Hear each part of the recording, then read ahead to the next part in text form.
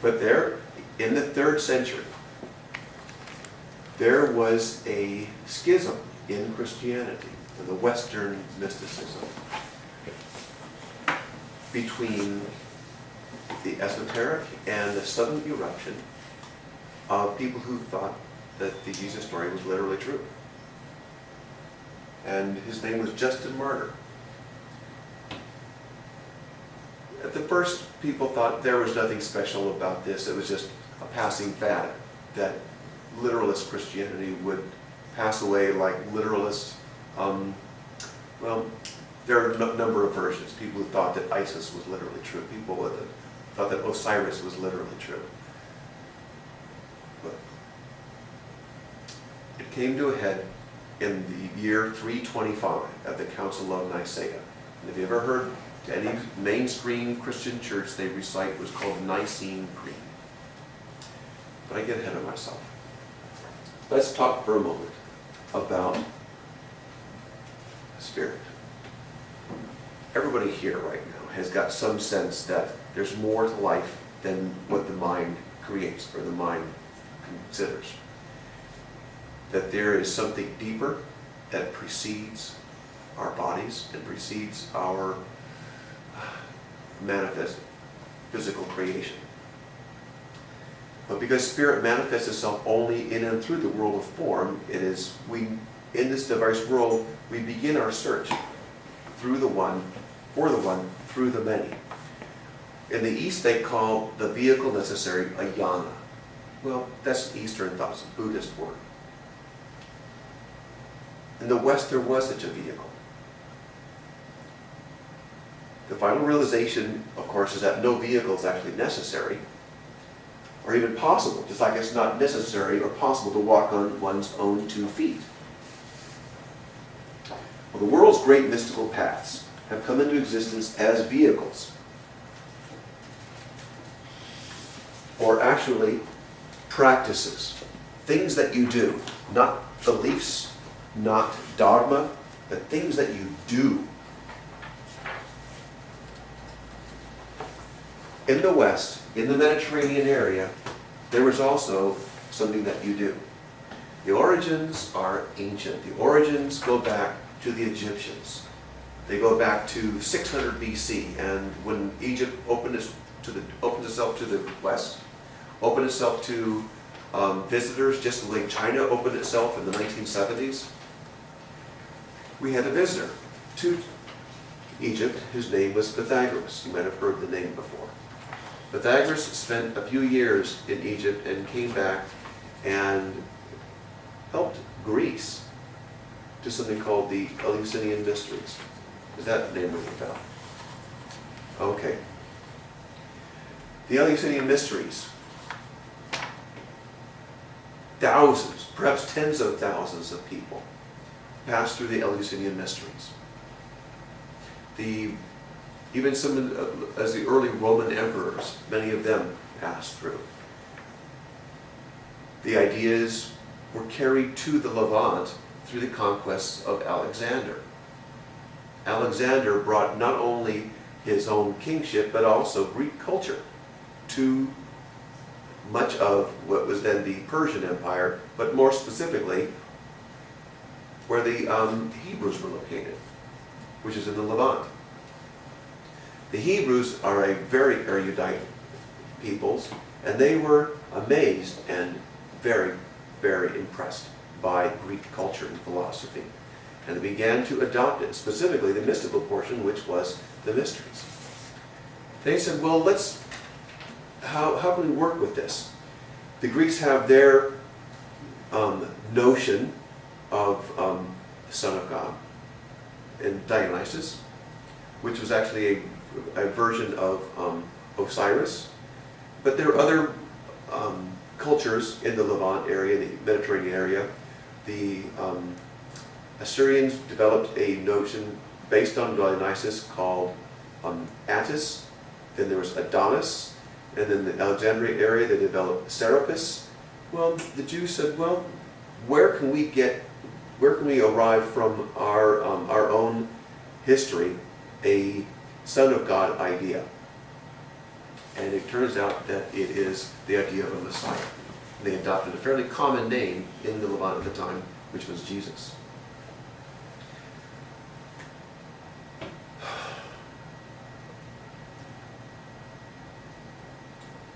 There were multiple levels.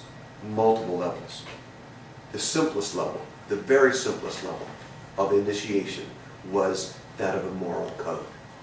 If you don't get along well with your fellows, then you have not much more to go. You're not going to make much progress, personally.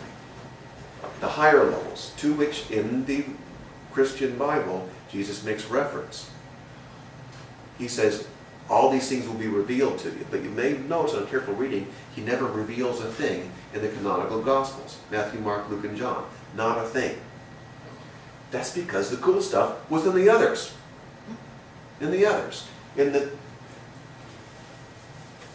I have this for perusal.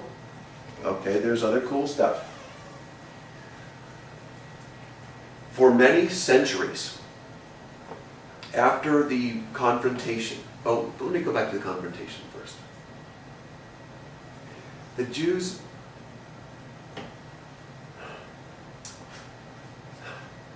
the idea of you ever heard of the Essenes? The Essenes are the people who gave us the Dead Sea Scrolls, which very fortuitously came to light in 1947, shortly after the global cataclysm called the Second World War. Amazingly, another desert find was available, this time in southern Egypt, in a town called Nag Hammadi. In Nag Hammadi, those were some scriptures buried in the sand in response to, I'm wandering here, an attempt by the literalist bishop in Alexandria to come and burn the library of a monastery in southern Egypt. That's where they buried their own library. The confrontation between a literalist interpretation of Christianity and a figurative or an inspirational, one based upon myth, came to a head in the early 4th century when Constantine, the emperor, decided he needed a unifying notion for his disintegrating empire. And he decided, well, what looks palatable and easily assimilated and authoritarian? He searched among the various options in his empire, decided that literalist Christianity was the way to go. So he convened a council at Nicaea. Let's go through this. Nicaea, we'll go to. Anybody ever heard of Valentine's Day? Saint Valentine almost became Pope, but you don't hear a good deal more about him. He's actually thought to be the author of the Gospel of Philip. He almost became Pope. He flourished in Alexandria, in northern Egypt, on the shore, in the early to mid 3rd century. Marcion was the fourth and was late 4th, early 5th century. He was the gentleman. He really angered the literalist church by placing the Old Testament and the New Testament side by side and comparing how they describe Godhead. And said, well, he's like here, he's like this, and he's looking for inconsistencies. And he became very famous for that. And even now, there are a few Marcionite churches that survive, mostly in eastern Syria, but by and large, anywhere the Roman soldiers could reach, Marcionites were suppressed. Basilides was another teacher. He was mid to late 1st century, almost contemporaneous with Valentinus in Alexandria.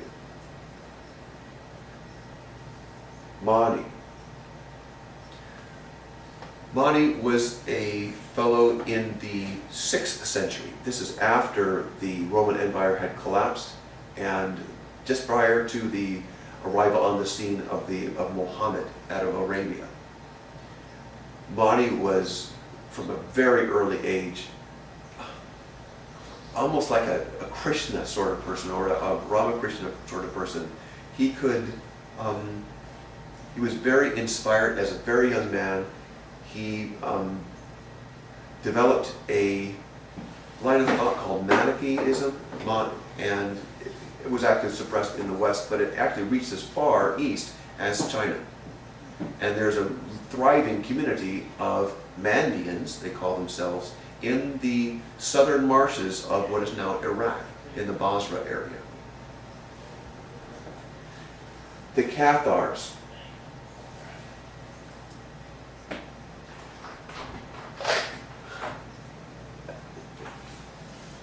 Sorry.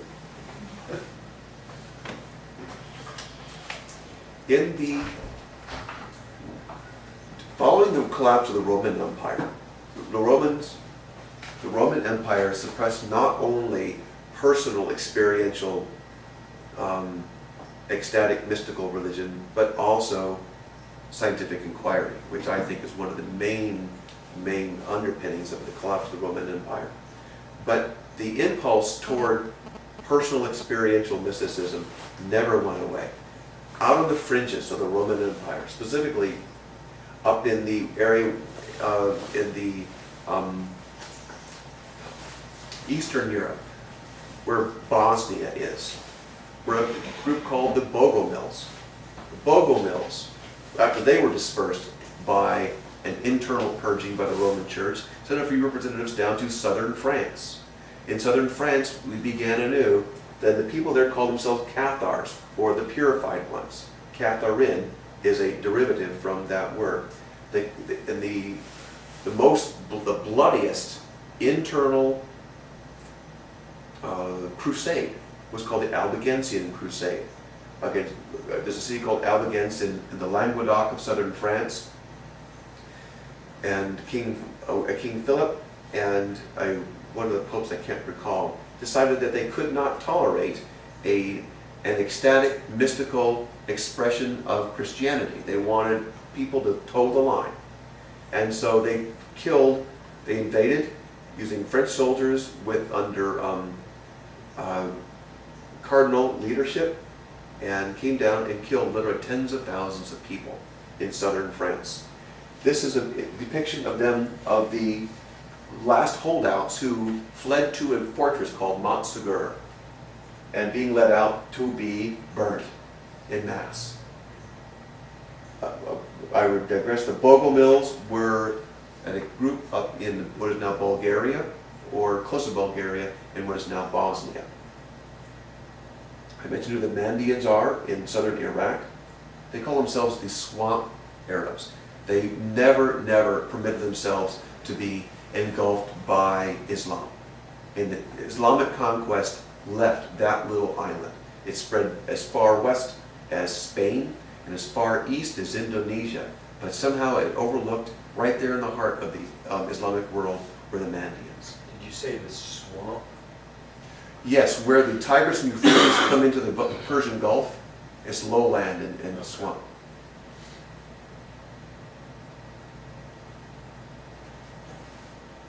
Where does this go?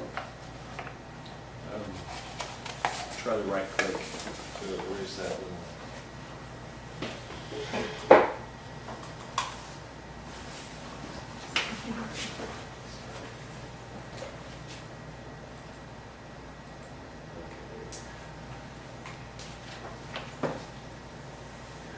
In Jerusalem,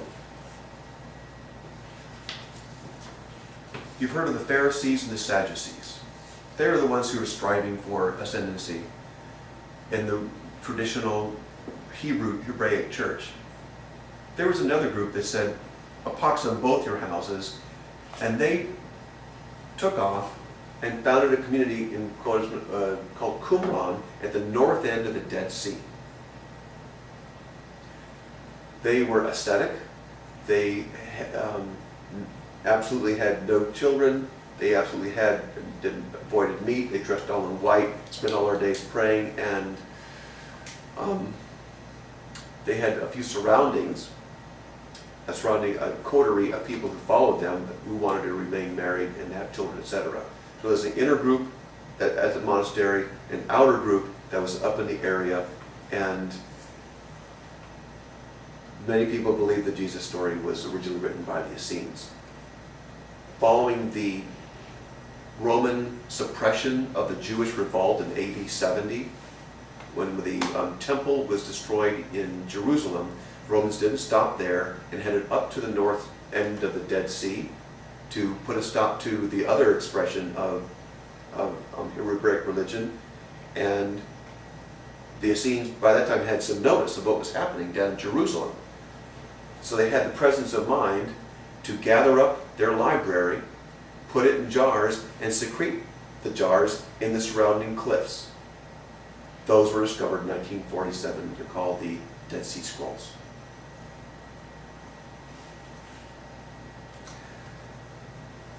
During the battle between the Gnostics, which are arguably the original Christians, and the literalist Christians, both sides had their spokesmen. I've already talked about Basilides and Bardesanes,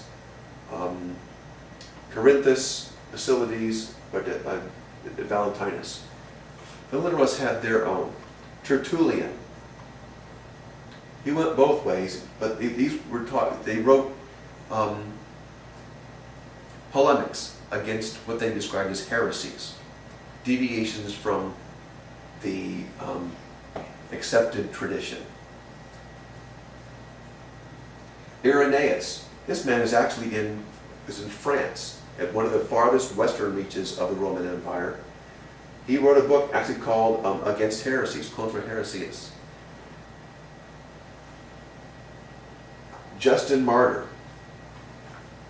Early on, he was the one who actually became an object of ridicule in Rome when Rome at the time was proud to support, I shouldn't say proud, but supporting a variety of religious expression. The Egyptian mysteries and the so-called Christian mysteries, and as well as the Greek mysteries. And he said, wait a minute, ours is different. Ours is different because our Son of God, born of a virgin, he was a real person. And everybody laughed at him. But he stuck with it. And he said, he found out that if that was a story that really resonated with the common people. It really resonated. This man here, Constantine. The Emperor Constantine? The Emperor Constantine. In the early 4th century, he acceded to the throne. I think he killed a very close relative to gain the throne. And he had very few friends. He was an amazing bloodthirsty person. He claimed, people think that he was a wonderful guy and he brought Christianity to the Roman Empire, and he had that in hoc signo vinces business with some battle. It ain't true. It ain't true at all.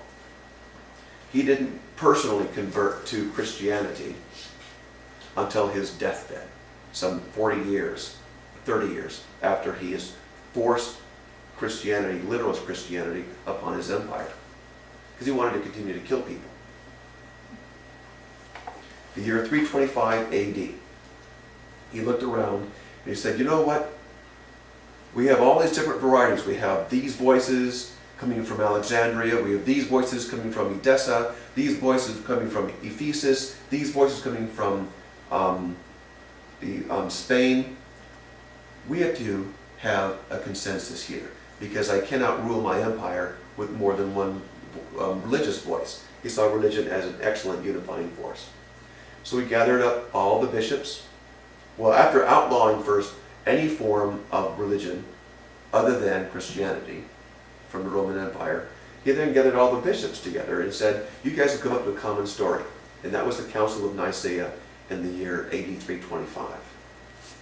And those bishops that did not agree to sign on the dotted line, he banished from the empire. Pretty strong incentive to go along with the program. Regardless of what you think, regardless of what you believe, you will not say.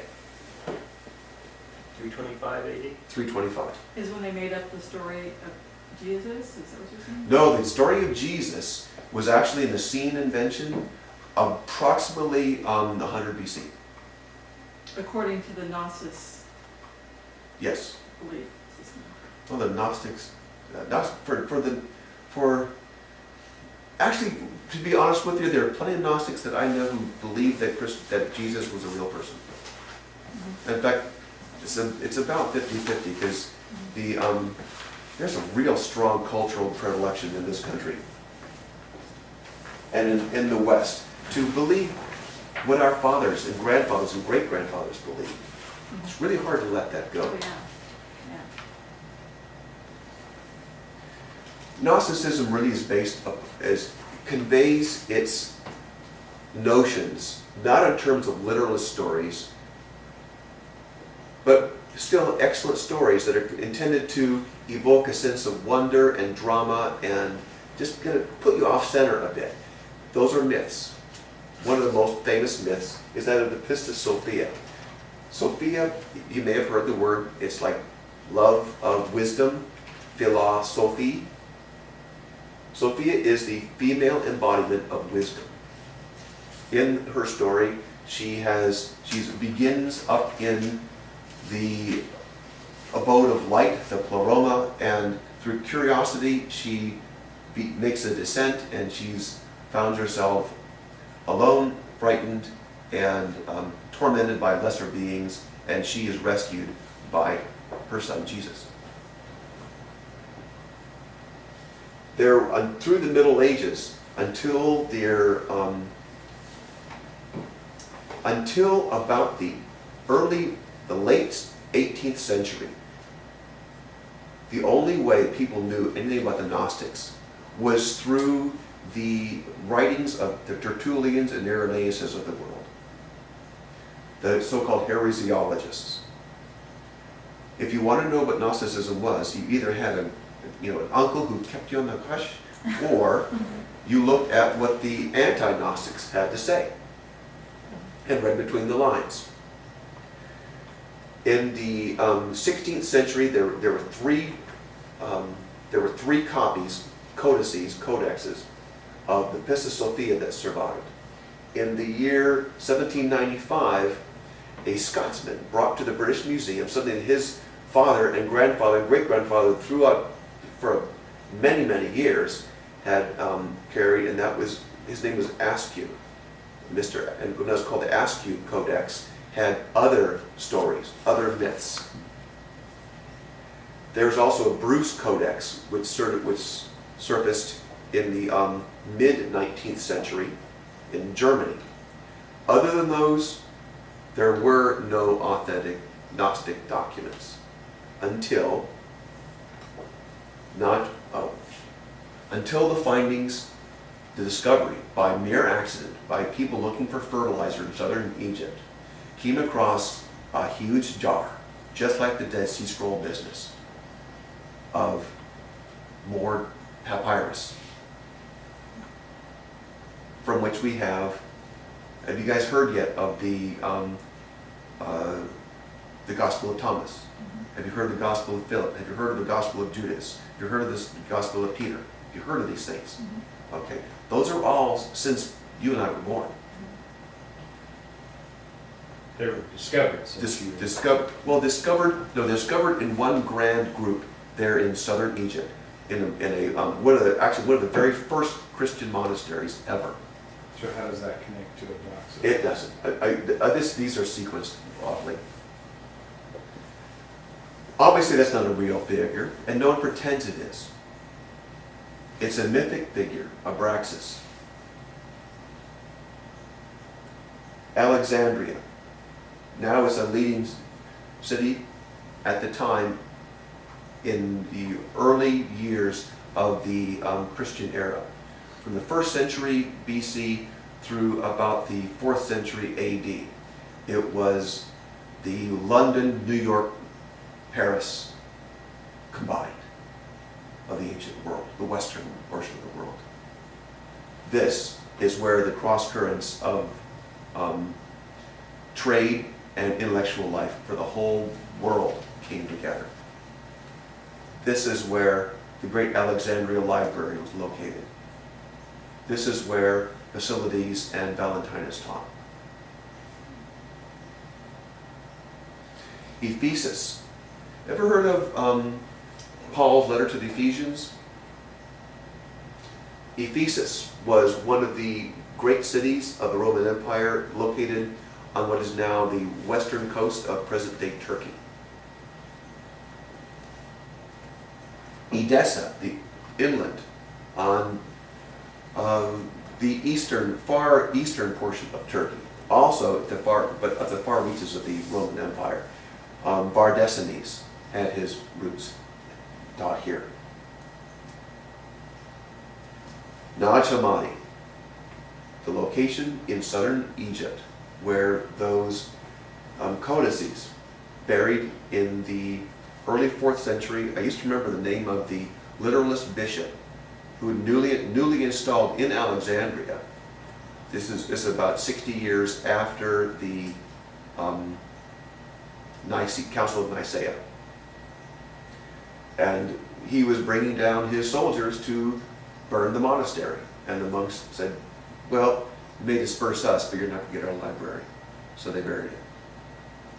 And it was translated and is now available in a single English volume.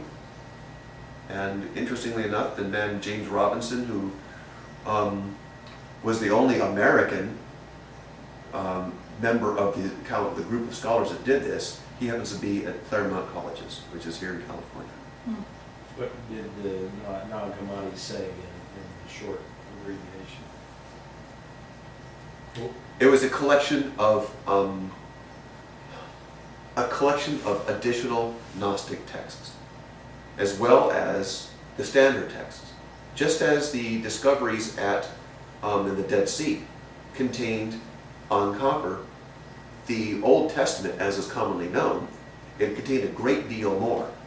Similarly for Nag Hammadi, there was not only Matthew, Mark, Luke, and John there, but also Judas, Thomas, Peter, Mary, everybody else. Okay, so Nag Hammadi had scrolls of the Bible, the Gospel of Thomas, the Gospel of Judas. Yes. Okay. Yes, yes. So were they, like you were saying, some of these are literal and some of them are not literal? So were By and those- large, the Gnostics were not interested in literal stories. So then it's to be assumed that they're real stories? Oh, you're saying that They're not literal stories. okay, got it. So they're into just more like Okay. fictions In- for the in- purpose of teaching. Imagine Buddhism. Buddhism is all about teaching folks how to become more as an individual. Right, so it doesn't really matter the story. It doesn't matter It's just what the story teaches. what the story teaches and what it causes you to kind of like shift a little bit. Got it, okay. Principles. Peter, was the Book of Enoch and the Book of Adam in there also? No, there were none. Just Those are apocryphal, but they're not July. Book of Enoch, however, was Dead Sea. Okay, Jesse, for those of you familiar with Roman history, there were two capitals, Rome and Byzantium, changed name, formerly Constantinople, right there at a very strategic location between the choke point between the Mediterranean and the Black Sea. There's the vacation spot in Nicaea where the emperor decided to have his council. What year was that? AD 325. 325. I mentioned in southern France, in the year approximately 1250, the Roman Pope ordered an internal crusade, not against the Muslims, but against other Christians, heretics, down in the southern part of France. Tens of thousands of people died, most of them by sword, a good portion of them at the stake. Because they didn't agree with their religion. Well, they didn't think Christianity was literal. And they found that the last few thousand of them held out at this fortress, the Montségur fortress, until they were eventually overwhelmed And the story is that they agreed to surrender, and they said, build the fire, we'll go into it, we'll walk into it. And they did. They all voluntarily, as a group of several hundred, just walked into the flames, singing. Build a fire, they will come. Okay. The essence, the essential you is your simple and bare awareness of this moment. Before you begin to think about it, manipulate it, name it, judge it, fiddle with it anyway, your bare awareness. It's hard to get there, very hard to get there. Zen Buddhists spend their years trying to get there. The Tao is all about being completely present and flowing with the moment and being outside of yourself. What I'm trying to say is that same idea, that same impulse arose also in the West. It did. The similarities between Gnosticism, as was practiced in the 1st and 2nd centuries in Alexandria, and Buddhism were remarkably similar. And there are a few indications I can't cite right now, but that because of the trade, the scholars in Alexandria were fully aware of both Hinduism and Buddhism, and that may have very strongly colored some of the Gnostic myths. Raja Yoga, Zen, Tao, Ramana Maharshi, Krishnamurti, Bodhisattva. This list is not complete, of course, but I'm sure you've heard those names. Let me add some others. Essene, Bardesines, Corinthus, Basilides, Valentinus, Marcion, Mani, and Cathars. Again, for centuries, the West was under this oppressive intellectual sway of a rigid belief system which discouraged experiments, not only personal, but also scientific, and did not tolerate competition. Only in very recent centuries has the pressure begun to lift. But the light in the West is still very nearly dead. Most people you meet in the street, on the bus, and the freeway, they don't really strive for very much. Their story, they believe what they're told to believe, what their parents and grandparents and great-grandparents believe. And when they search outside. They look out there, they look at themselves. Oh, it's so much easier to look outside. This is why we're not getting anywhere. I totally concur. Therefore, you need the vehicle. There are numerous vehicles. Choose your vehicle. It doesn't have to. Let me tell you a little story. Again, these Nachimani discoveries was only in the late 1940s, after the Second War. They weren't available in English until the 1960s, by which time a number of Westerners had discovered, oh my Lord, look at Buddhism. Never heard of it before. Some of them decamped and went to Japan and Korea and China, etc. Came back, told these marvelous stories, but they were looked upon as crackpots. That's far less true now, since the 1970s, 1980s. But look at what I'm talking about. In the span of centuries, I'm talking about only a few years, a few decades, that we as a planet have begun to wake up. This is a really interesting time to be alive. And Buddhists are about 2/3 or 60% of the world's people are Buddhists. A big chunk. A big chunk. But even Buddhism has can be interpreted literally. People want easy stories. Not thinking, not delving deeply. It's so easy. That would mean you would have to take responsibility for yourself, and nobody wants to do that. I'm sorry, Walter, that's the way of the world. Except, of course, for people. It's changing, it's coming.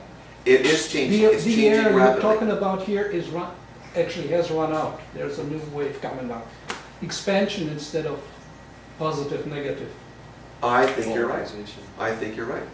I thought it was most interesting too that those discoveries were not made. Both the Dead Sea Scrolls in Qumran and the Nag Hammadi library, the Gnostic library in Nag Hammadi, separated. The bearing was separated by about 400 years, but they both happened to come to light within a few months of one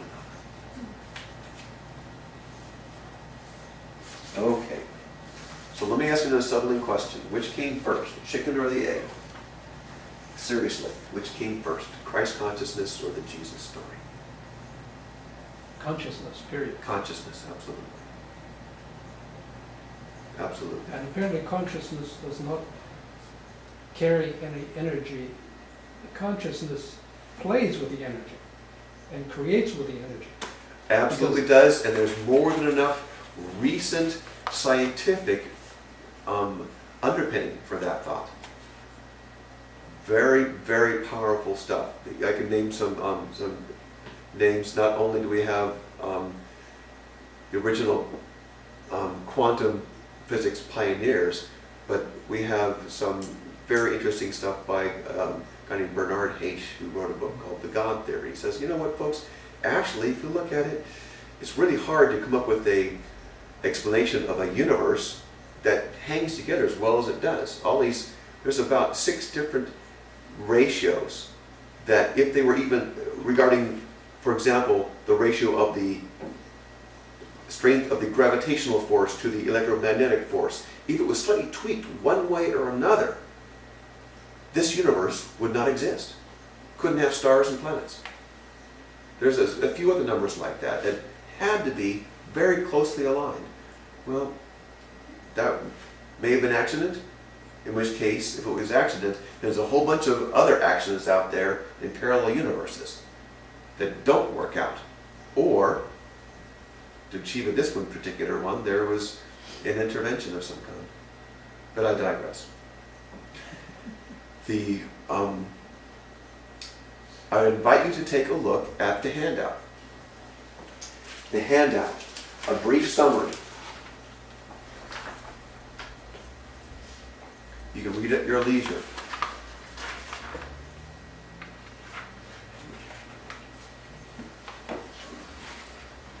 In addition, I've brought to you,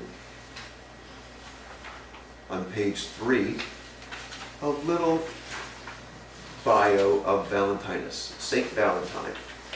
Most unusual how Saint Valentine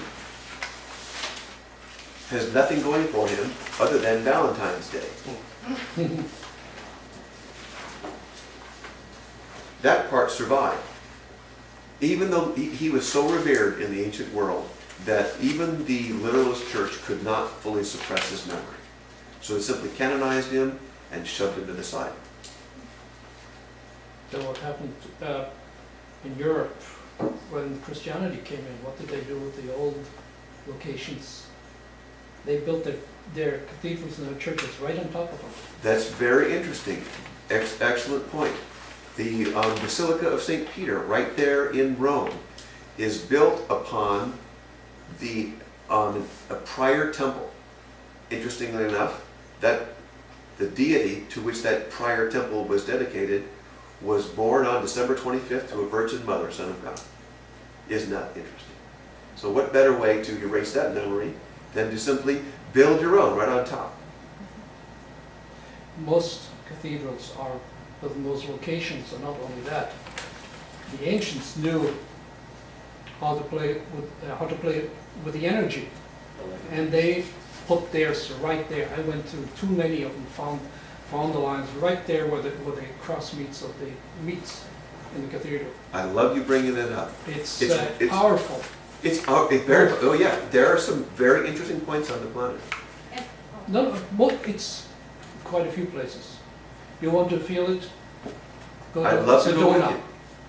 you. Do what now? Sedona, Sedona, Arizona, yes. Sedona, Arizona is one of them. very strong. If you go to Sedona, you tingle. Just being waking up there. Vortexes. I once did some energy work, and the table I was working on was right over one of those lines, and I was working and working. It was running and running and running, and nothing would change until I stepped away. Oh. It's There's something to that. So the ancient temples Yeah. were built on those power points. Yeah, and the deities were usually women in the Mhm. old days. And Yes. they were all. As were the priestesses, Yeah, by the they way. were all changed to male. all changed to male. Interestingly enough, that was not true in Gnostics. Gnostics, female priests all day long. Yes. I just wanted to add something small. When he came home from his vacation, he had taken a picture of that power center, and I just... In Sedona? No, what was in, where was it? Was this in Weimar? No, you were No. there too. But I forgot where it was, but I remember he had a picture, and you put your hand over the picture, and it almost like burnt my hand. It was that Wow. powerful. Are you talking about Dejania? Was it a church? I don't know, it was No, one of the that in churches. Brazil, that place. I think you visited some, it must have been there, but yeah, I remember the picture that you had. You could just put your hand above the picture and it was just burning hot. Cool. Pretty neat. I love that kind of stuff. It's useful to remember this. We are now in the 21st century, and we think that we're so very proud of our knowledge, which really dates back only since the time of Galileo. It's only been like the past 300 years that all of this has arisen in the West. But people really haven't changed that much for thousands of years. We have to give full credit to the ancients, 2,000 and 3,000, 4,000 years ago, for not being stupid. They knew what they were about. They were just as able to think as we are. We may not have the accumulated technology, but they discovered some very interesting things. And they knew where to put those churches and why. And they also knew how to build their bodies of knowledge, esoteric knowledge. They weren't dumb. The analogy I use for what happened in the 4th and 5th centuries, when the battle between the different flavors of Christianity happened through the 3rd through the 6th century. By the end of the 6th century, Gnosticism was pretty much wiped out. Wiped out. Put a sword through somebody's belly, they stopped talking.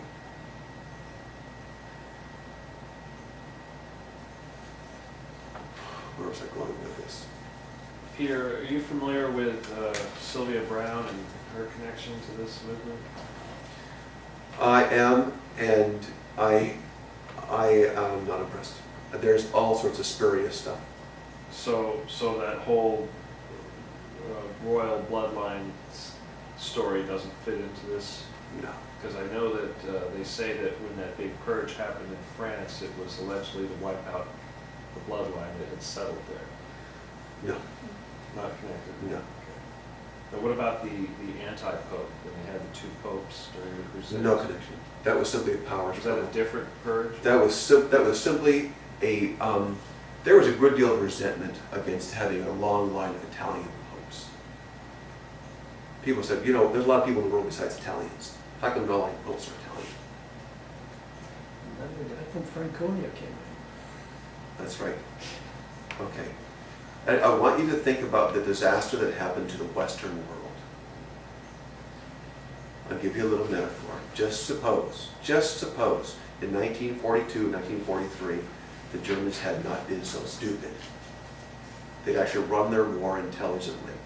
Hitler had gotten out of the way, and the German generals had succeeded in imposing Nazism across Europe and across North America and across most of Asia.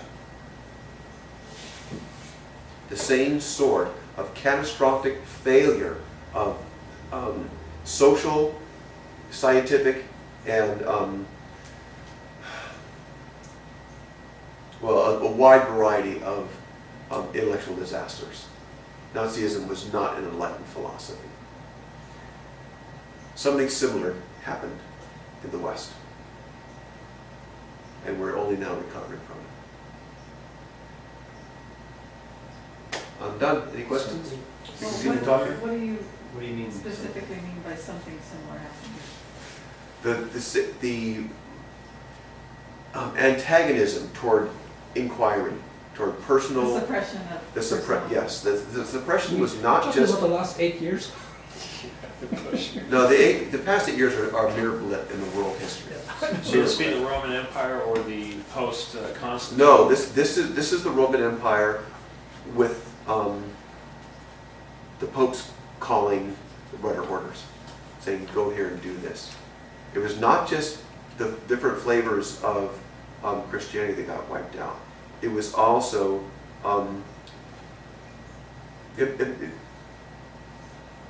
imagine the disaster that happened in this country to all the different varieties and expressions of Native American traditions. What happened to them? In addition to literally exterminating, having a 90% decline in population, also their children were taken away, their culture was suppressed, and they were practically forbidden to pursue their traditional religious habits. Something similar happened in all of the Roman Empire, 4th, 5th, and 6th centuries. And when did the vulnerability of Rome to the Goths and Visigoths and Vandals, the barbarian invasions, the underpinnings for that were not simply the strength of those invading tribes. There was more to it than that. Anyway, the Dark Ages were dark in a lot of ways. And you may know that the Renaissance began in Italy for one reason, because one man, his name was Lorenzo de' Medici, he was sufficiently politically powerful and sufficiently wealthy to say, I don't care what the church thinks. I'm going to have some intellectual leading lights under my roof. And he brought together some people who finally felt free to think and to speak. Speak against the church? No, to begin they wouldn't ever do that. Okay. That wasn't quite there yet. Speak in what manner? Scientific inquiry. You've ever heard of Galileo? How close he came to the stake? And his predecessor Bruno, by mere 30 years, by saying almost the exact same words, did find himself at the stake. And who was the instigator of this? Was it some government? Church. It was the church. And they had done exactly that. The level of I had to reiterate, people in the ancient world were not stupid. And by and large, they were literate. Imagine a literate population. In Rome, literacy was estimated to be about 40%. In Alexandria, as high as 70%. Well, what happened to literacy in the 11th and 12th centuries? Who was literate? Even the aristocracy couldn't read. Very sad situation. Intellectual inquiry of all flavors, simply not allowed. It was truly a dark, dark time. There were some lights in the east, in the Muslim areas, in Baghdad specifically, and also in China. 14th and 15th century, China hands down, the most powerful country in the world. Hands down. Okay? I want to hit the rewind button and go back to 325 AD.